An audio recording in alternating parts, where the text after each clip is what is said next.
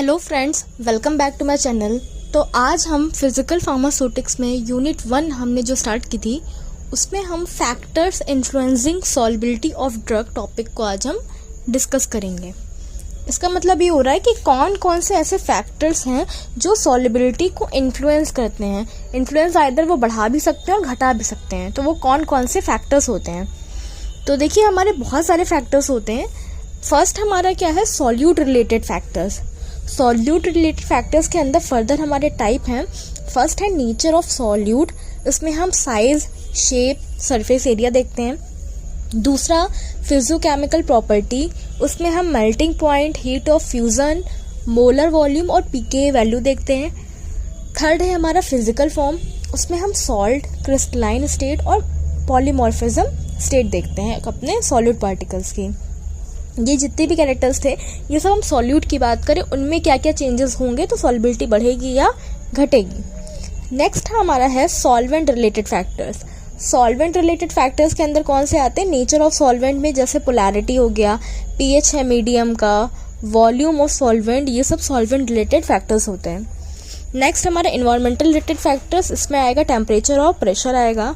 फिर formulation related factor, जो other ingredients होते हैं उनकी बात की गई है। अब हम क्या करेंगे, जितने भी हमने फैक्टर आपको बताएं इन सब के फैक्टर्स के बारे में डीप में स्टडी करेंगे। तो पहला फैक्टर क्या था कि influence of particle size, shape and surface area on solubility drug. मतलब पार्टिकल साइज का, शेप का, सरफेस एरिया का हमारे सॉल्युबिलिटी ऑफ ड्रग पे क्या इफेक्ट पड़ता है। तो हमारा जितना छोटा पार्टिकल होगा, साइज होगा, उतनी ज़्यादा उसकी सॉल्युबिलिटी होगी। ऐसा क्यों है? क्योंकि जितना छोटा पार्टिकल होगा उतना ज़्यादा उसका सरफेस एरिया होगा। सरफेस एरिया ज़्यादा होगा तो वो ज़्यादा एरिया कवर करेगा, ज़्यादा एरिया कवर करेगा तो वो जल्दी घुल जाएगा। तो ये इसका कॉन्सेप्ट है कि पार्टिकल साइज छोटा होना चाहिए, सरफेस एरिया ज़्यादा होना चाहिए, तभी हमारी एक अच्छी सॉल्युबिलिटी होगी, क्योंकि उसको ज़्यादा स्पेस मिलेगा। ज़्यादा स्पेस मिलेगा तो आसानी से घुल जाएंगे पार्टिकल्स हमारे। फिर हमारा कि हाई लैटिस, अगर कॉम्प्लेक्स मॉलिक्यूल्स हैं, बहुत ही कॉम्प्लेक्स स्ट्रक्चर है, मॉइटीज है, तो उनकी सॉल्युबिलिटी क्या होती है, घट जाती है। क्यों? क्योंकि भाई बहुत ही टाइटली पैक्ड है, लैटिस है, बहुत हाई वाले स्ट्रक्चर्स हैं, तो भाई वो पहले फ्री फॉर्म में नहीं रहेंगे, पूरे एकदम इकट्ठे जुड़े हुए बैठे हैं। तो पहले हमको क्या होता है, सॉल्युबिलिटी में पहले पार्टिकल्स टूटता है, अलग अलग होता है, तब जाके घुलता है। यहाँ तो पार्टिकल्स क्लोजली पैक्ड है, हाईली लैटिस पैक्ड है या कॉम्प्लेक्स मॉलिक्यूल है, तो वो आप अलग ही नहीं होंगे। अलग नहीं होंगे तो सॉल्युबलाइज कहाँ से हो जाएंगे, तो इसलिए इनकी सॉल्युबिलिटी क्या होती है, कम होती है। ये तो चलिए फुल फैक्टर, पहला फैक्टर था कि साइज, शेप और सरफेस एरिया का क्या इफेक्ट पड़ता है। तो अब नेक्स्ट हमारा है influence of physicochemical property of drug.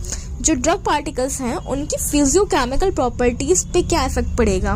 मतलब अगर हमारा मेल्टिंग पॉइंट ज़्यादा होगा तो सॉल्युबिलिटी कम होगी, मेल्टिंग पॉइंट कम होगा सॉल्युबिलिटी ज़्यादा होगी, मॉलिक्यूलर वेट अगर ज़्यादा होगा तो सॉल्युबिलिटी बेकार होगी। ऐसा क्यों है?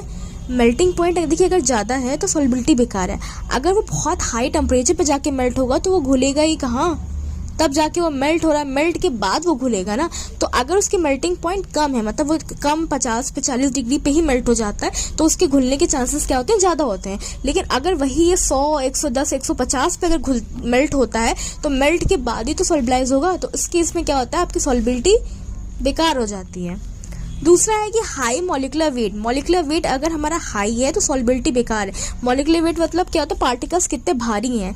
अगर भाई पार्टिकल्स भारी हैं, मॉलिक्यूलर वेट बहुत ज़्यादा है, मतलब भारी भारी पार्टिकल्स हैं, तो भाई वो इधर उधर मूवमेंट नहीं कर पाएंगे, नीचे जाके बैठ जाएंगे। मूवमेंट नहीं कर पाएंगे तो वह सॉल्युबलाइज घुलेंगे नहीं। अगर भाई मूवमेंट होगा तभी तो चीज़ घुलेगी। तो अब इतना भारी पार्टिकल हो गया, उसकी मॉलिक्यूलर वेट इतना ज़्यादा हो गया तो वो घुल ही नहीं पा रहा है, घुल नहीं पाएगा तो बैठ जाएगा नीचे जाकर, तो वो घुलेगा नहीं तो सॉल्युबिलिटी बेकार हो जाएगी।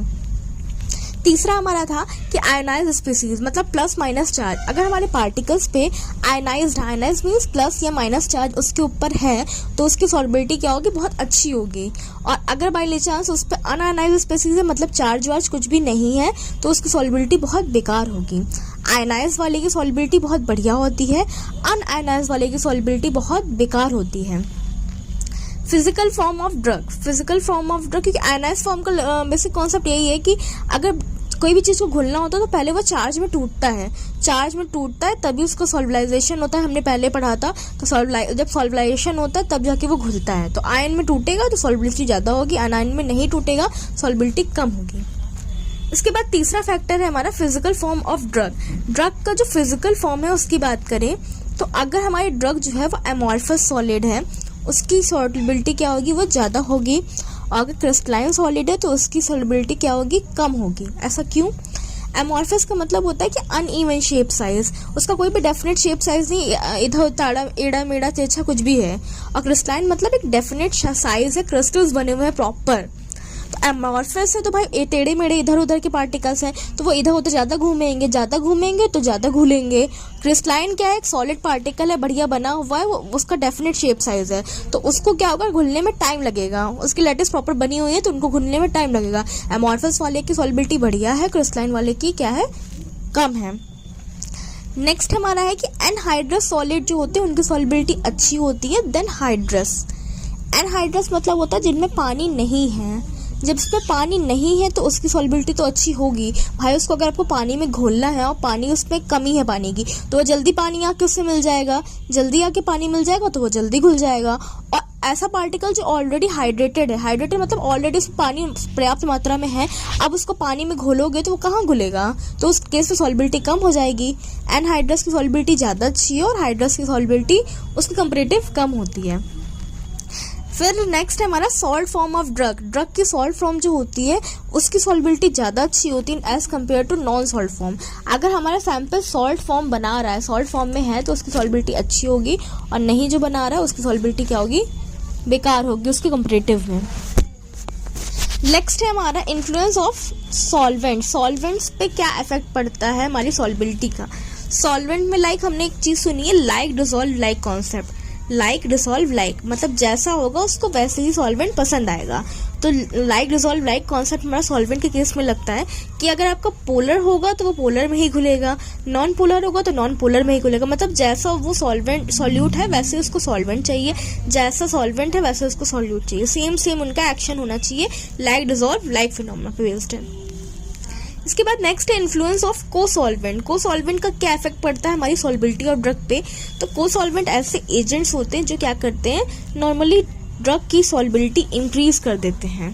को-सॉल्वेंट क्या होते हैं, ऐसे सॉल्वेंट्स होते हैं जिनका हम यूज करते हैं ड्रग की सॉल्युबिलिटी को इंक्रीज करने के लिए। तो और ये जो सॉल्युबिलिटी जो इंक्रीज की जा रही को-सॉल्वेंट ऐड करके, इस पूरे फिनोमेना को हम को-सॉल्वेंसी बोलते हैं।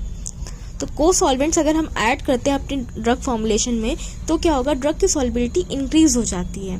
को-सॉल्वेंट के example like methanol, propylene glycol, glycerin हो गया, PEG 300 हो गया, ये सब को-सॉल्वेंट्स के एग्जांपल हैं हमारे। नेक्स्ट हमारा है influence of pH of the medium. pH of the medium पे क्या इफेक्ट पड़ता है, अब जो मीडियम है उसके pH पे क्या हमारा इफेक्ट पड़ता है सॉल्युबिलिटी का। तो हमारे जो भी ड्रग पार्टिकल्स होते हैं वो तो क्या होता है, वीक इलेक्ट्रोलाइट्स होते हैं, आइदर वीक बेस होंगे या वीक एसिड होंगे। वीक बेस होंगे या वीक एसिड होंगे तो उनका आयनाइजेशन नेचर होगा भाई, बिल्कुल बात है, आयन बनाएगा ही बनाएगा। तो ड्रग जो होती है more solubilize in water when they are get ionize, मतलब ड्रग जो होती है वो वाटर में ज़्यादा सॉल्युबलाइज हो जाती है अगर वो आयनाइज फॉर्म में अवेलेबल है। तो अनआयनाइज्ड ड्रग जो होती है वो पुअरली वाटर सॉल्युबल होती है। नेक्स्ट है कि इन्फ्लुएंस ऑफ टेम्परेचर का क्या इफेक्ट पड़ता है। तो अगर हम टेम्परेचर बढ़ाते हैं तो आपका जब टेम्परेचर आप बढ़ाओगे तो क्या होगा, हीट का एब्जॉर्प्शन भी ज़्यादा होगा, इससे हमारी सॉल्युबिलिटी अफेक्ट करती है। टेम्परेचर बढ़ाओगे तो हीट का एब्जॉर्प्शन आपका बढ़ेगा, ज़्यादा होगा, उससे हमारी सॉल्युबिलिटी क्या होगी, अल्टर करेगी। ठीक, तो अगर हमारा सपोज 2 केसेस हैं, इसकी बात कर रहे हैं, 2 केसेस हैं।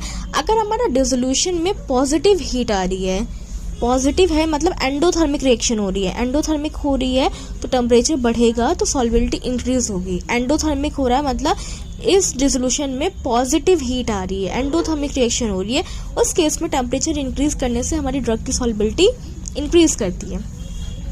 दूसरा केस है कि अगर हम डिसोल्यूशन करते हैं तो उसमें अगर लिबरेशन ऑफ हीट हो रहा है, मतलब हीट निकल रही है, लिबरेट हो रही है। पॉजिटिव हीट वाला मतलब क्या होता है, एंडो मतलब आ रही थी हीट तो आपकी सॉल्युबिलिटी बढ़ रही है, और अगर हीट निकल रही है, एक्सोथर्मिक रिएक्शन चल रही है, उस केस पे अगर हम टेम्परेचर इंक्रीज करते हैं तो ड्रग की सॉल्युबिलिटी घटती है। उस केस में लिबरेशन में क्या हो रहा है, एक्सोथर्मिक में सॉल्बिलिटी घट रही है और एंडो वाले केस में क्या हो रहा है, सॉल्बिलिटी इंक्रीज हो रही है। ये हमारा टेम्परेचर पे इफेक्ट बताया। फिर नेक्स्ट फैक्टर हमारा है इन्फ्लुएंस ऑफ सर्फेक्टेंट। सर्फेक्टेंट का क्या रोल है हमारे सॉल्बिलिटी ऑफ ड्रग में। तो सर्फेक्टेंट का मतलब क्या होता है, ऐसे एजेंट्स होते हैं जो हमारी सरफेस टेंशन को कम करते हैं। सरफेस टेंशन को कम करेंगे तो हमारा क्या होगा कि ड्रग आपकी सॉल्बलाइज फॉर्म में ज़्यादा अवेलेबल होगी। तो सर्फेक्टेंट का काम क्या होता है, सरफेस टेंशन को कम करना। अगर हम अपनी प्रिपरेशन में सर्फेक्टेंट का अमाउंट बढ़ा रहे हैं तो ड्रग की सॉल्बिलिटी क्या होती है, इंक्रीज हो जाती है। फिर नेक्स्ट हमारा इन्फ्लुएंस ऑफ प्रेशर। प्रेशर का क्या इन्फ्लुएंस होता है, तो प्रेशर में हम पहले गैस की बात करते हैं कि अगर गैस है सपोज, तो गैस में अगर आप प्रेशर इंक्रीज करते हैं तो ड्रग की सॉल्बिलिटी इंक्रीज होती है। अगर हमारा प्रेशर हाई होता है लिक्विड का, तब हमारी मोर गैस जो होती है वो डिसॉल्व होती है लिक्विड में। अगर हमारा प्रेशर जो है जो भी चीज़ का प्रेशर बहुत ज़्यादा बढ़ जाता है लिक्विड का, तो गैस हमारी क्या होती है, डिसॉल्व होती है इन फ्लैट लिक्विड में लिमिटेड कोर्स ऑफ टाइम के लिए। और अगर सॉलिड और लिक्विड की बात करें तो अगर हम प्रेशर इंक्रीज करते हैं तो वहाँ पे सॉल्बिलिटी का कोई भी इफेक्ट नहीं पड़ता। कहने का मतलब कि अगर गैस है तो वहाँ प्रेशर इंक्रीज करोगे तो सॉल्बिलिटी बढ़ेगी, लेकिन अगर सॉलिड और लिक्विड है वहाँ पे अगर हम प्रेशर इंक्रीज करेंगे तो हमारी सॉल्बिलिटी पे कोई भी इफेक्ट नहीं आएगा। लास्ट हमारा फैक्टर है कि influence of common ion effect. Common ion effect से हमारा क्या इन्फ्लुएंस होता है, क्या चेंजेस आते हैं सॉल्बिलिटी ऑफ ड्रग पे। कॉमन आयन इफेक्ट जो होता है मतलब वही है कि अगर एक सोल्यूशन है उसमें हमने एडिशनल एक और ऐड कर दिया सॉल्वेंट, उस दोनों कॉमन आयन की वजह से ड्रग की सॉल्बिलिटी पे क्या इफेक्ट पड़ेगा। तो यूजुअली ये देखा जाता है कि अगर आयनिक सब्सटेंस सोल्यूशन है उसमें आयनिक सब्सटेंसेज हैं वो एक दूसरे के कॉमन कॉन्टैक्ट कहलाए जाते हैं। कॉमनली अगर आयंस हो जाते हैं तो उससे हमारी ड्रग की सॉल्बिलिटी नॉर्मली देखा जाता है कि क्या होती है, घटती है। सॉल्बिलिटी ऑफ ड्रग इस केस में घट जाती है। तो ये हमने कुछ आपको 10 पॉइंट्स हमने बताए थे फैक्टर अफेक्टिंग सॉल्बिलिटी ऑफ ड्रग के, हमने कुछ 10 पॉइंट्स आपको बताए। ये हमारा था सॉल्बिलिटी ऑफ ड्रग के फैक्टर इन्फ्लुएंसिंग।